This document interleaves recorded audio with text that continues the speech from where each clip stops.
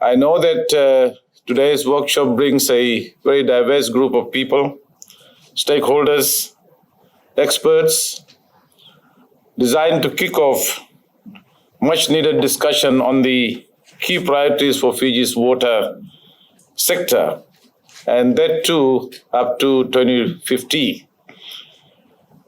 We know that hard infrastructure such as road, bridges, water require long-term planning and building. It is therefore appropriate that this workshop is talking about priorities for the water sector for more than the next 25 years if we start today. We know that the water sector plays a pivotal role in combating climate change, with enhanced water management benefiting a host of areas such as economic growth, health, energy, agriculture, food security, and people's livelihood in general. As a country, we recognize the right to clean and safe water and proper sanitation. While we've made recognizable progress by ensuring that approximately 98% of our urban population and 58% of our rural population has access to treated water supply, we are still tasked with the challenge of finding solutions that will close the gaps to not only reach unsafe Fijians, but to those that already have access to water, to ensure that it remains safe, it remains affordable, sustainable, and consistent at all times. Over the past 5 years, $1.12 billion Fijian has been allocated to Water Authority of Fiji, of which 421.7 million has been for operating expenditure and 705.1 million for capital expenditure. The majority of the funds has been going towards the construction of the Viria project, which is expected to be completed soon.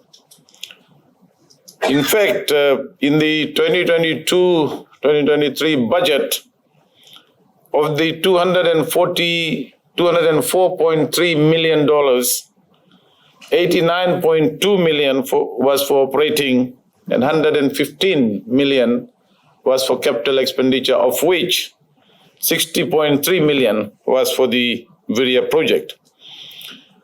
I know this project is designed to augment the vital urban infrastructure and services, which is again vital for supporting growth and sustainable development in the greater Suba-Nosori area.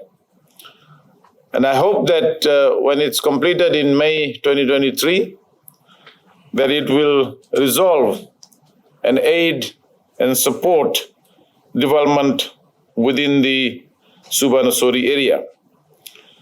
The project, I'm told, includes construction of a 40 megaliter per day water treatment plant in the first phase, and necessary provision is kept for increasing the capacity in future up to 80 MLD or megaliter per day based on the demand.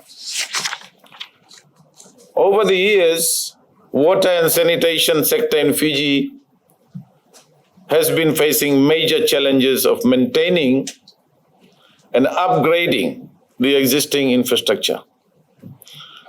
Non-revenue water and financing of new water infrastructure. People have been suffering from regular water cuts and disruptions. Approximately 47% of the treated water gets lost along the pipeline due to non-revenue water.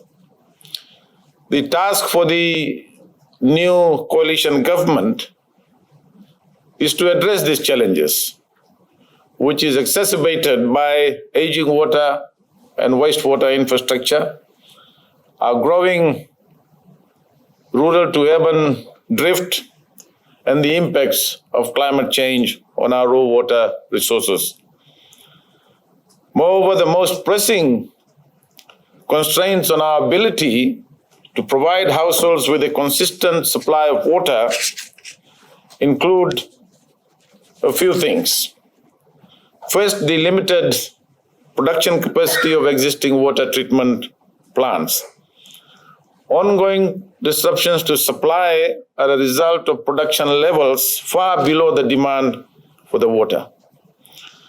The increasing demand for water as a result of major commercial and residential developments is also placing an added strain on our aged infrastructure. This needs to be considered carefully. Some people say that we need to review the current water tariff. I don't know, maybe that's part of the discussion at this workshop.